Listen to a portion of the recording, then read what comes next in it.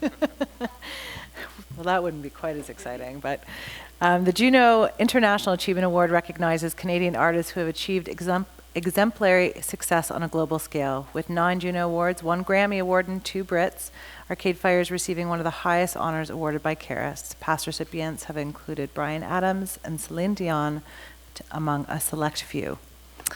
You guys have had a huge year. A new album, a massive international tour, various recognitions, a recent SNL performance.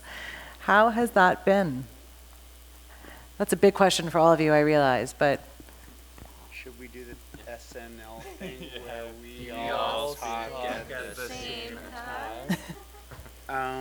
But it's been fun. We've been doing it a long time, so it's the kind of the same. One year just blends into the next? Pretty much, a little bit? I remember 2001 pretty clearly. After that, it's all a blur. It's an honest answer. I'm going to turn, I know there's lots of questions out in the audience. David. Hi, David Friend from the Canadian Press. When you were on SNL, you played a Canadian character, and I know you've spoken about wanting to become a Canadian citizen. Can you give us an update on that? Yeah, if anyone knows anyone. I'm in line for my passport. Yeah. It still hasn't happened. Yeah. It's his fault. Yeah, it hasn't happened yet, but I'm working on it. Wait, what's the I've got funny some part? good references. What's that? Funny part now. I want to know. All of it. No, I mean, it's just, I'm working on it. Permanent resident. It's a long process. Yeah. There's a lot of qualifications for number of days to be in Canada, and my work brings me internationally quite often. So, like, I'm technically... To achieve internationally, you have to spend a lot of time not in the... Yeah, ironically, I would just not have to achieve any international success in order to become Canadian, so tonight is particularly hits close to home. So this counts as a day, 2 days. We'll make some phone calls. If you know anyone. I think we know.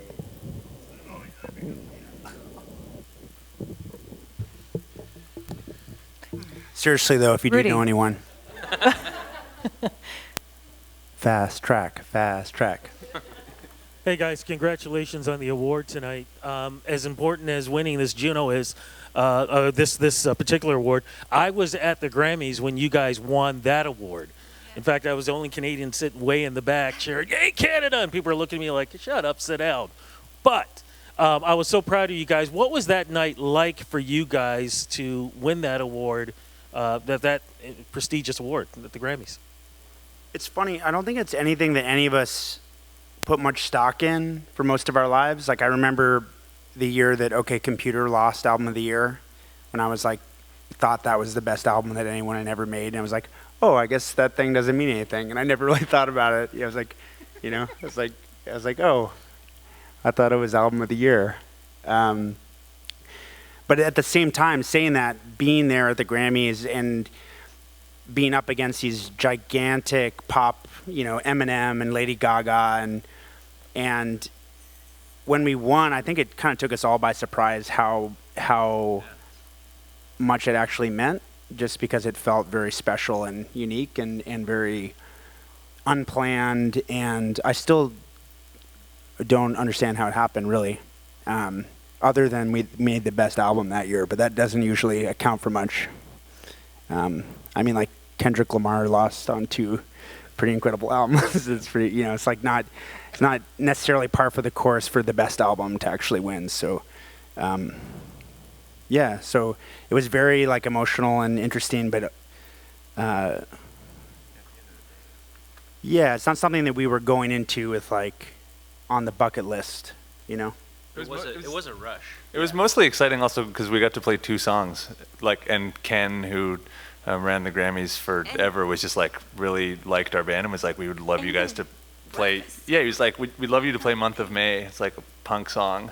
And we were just like, well, that's great. Like, that was really exciting, to just do something raw.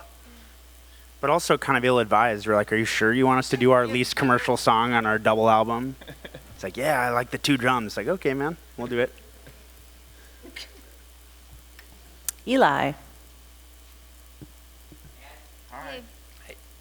When all day the news has been filled with the March for Our Lives and the protests against gun violence in the United States, someone who grew up in Texas, I wonder what your reaction is to this movement and just the people filling the streets today. It's about fucking time.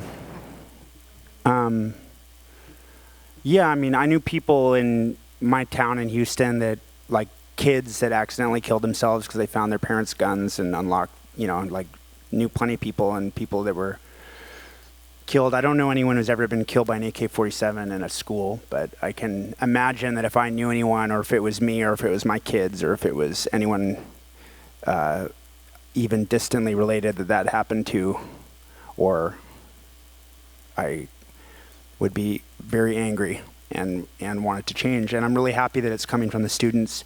I really noticed in Montreal, like when Occupy Wall Street was happening in the US, there was a really beautiful student movement in Montreal to kind of stop the tuition hikes. The province was trying to increase tuition by like 3 times. And I went to a rally where there were like 300,000 kids out in the streets.